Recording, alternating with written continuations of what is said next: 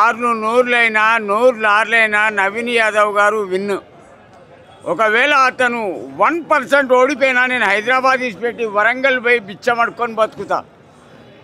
నా తత్వం బాబాయ్కి బాగా ఎరుక.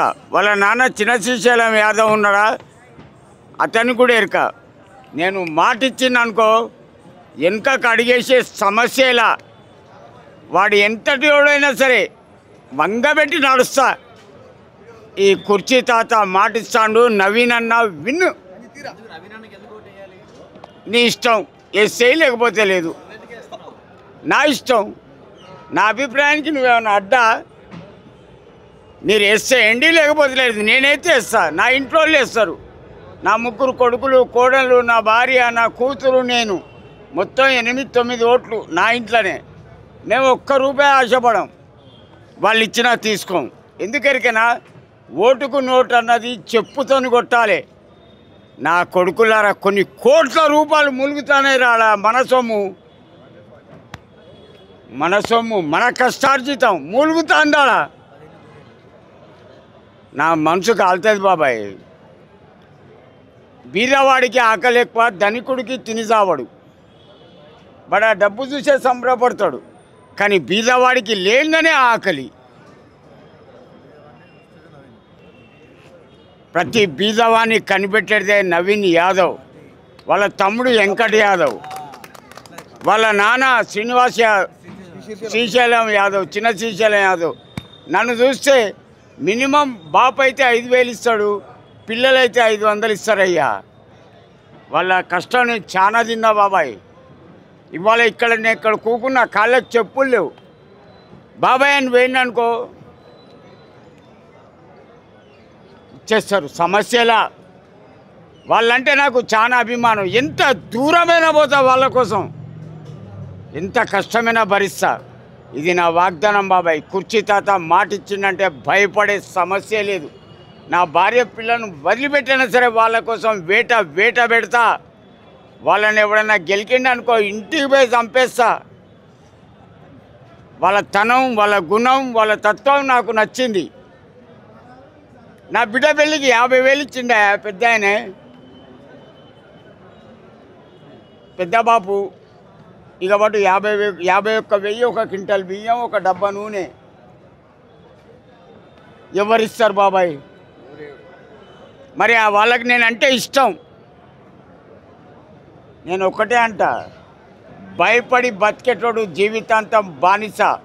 అదే పెట్టేటోని భయపెట్టుకుంటా బతికేటోడు బాదుషా. వాడే షేక్ అహ్మద్ పాషా.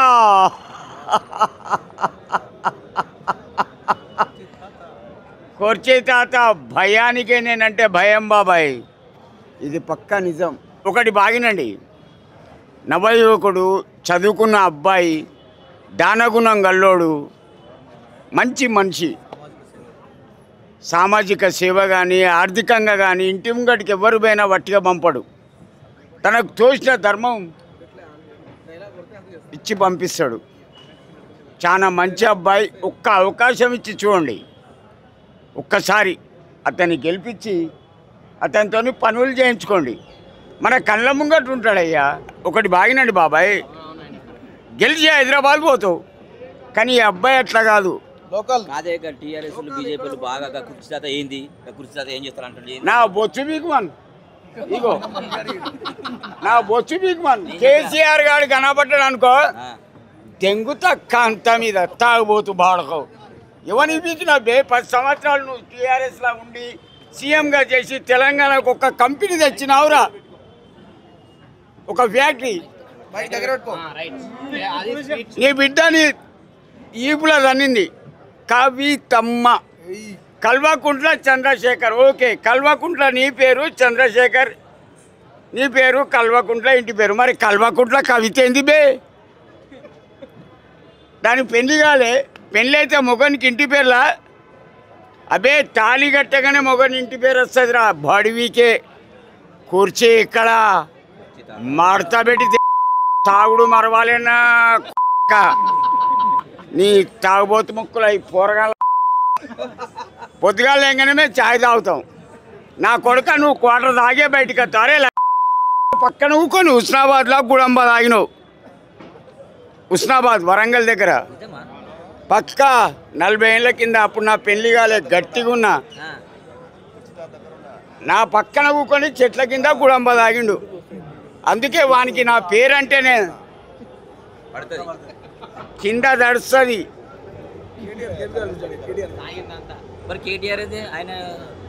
వాడు బచ్చగాడయ్యా.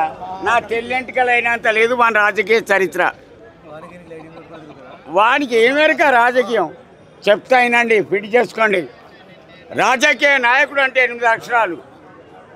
రా రాక్షసుడు, జా జలేంద్రుడు, కీచకుడు, యా యమధర్మరాజు. రాజకీయం క్లోజ్, మిగిలింది నాయకుడు. నా అంటే నారాయణ, నారాయణ నారదముని అల్ల యమకింకడు, కు అంటే కుబేడు, డు అంటే డూడు బస్వన్న. 8 మంది కలిస్తే ఒక్క రాజకీయ నాయకుడు పుట్టుకొస్తాడు. Any doubt?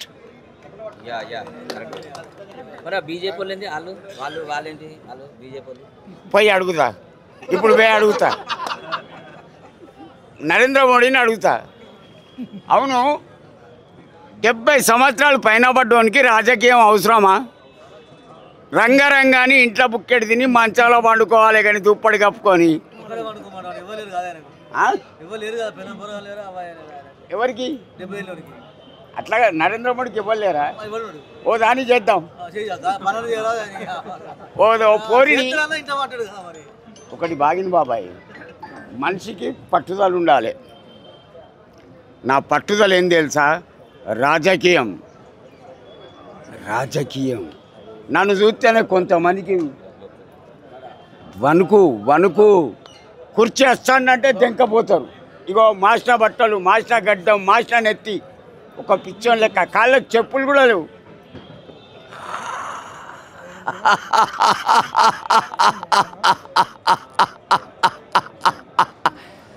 బాయ్.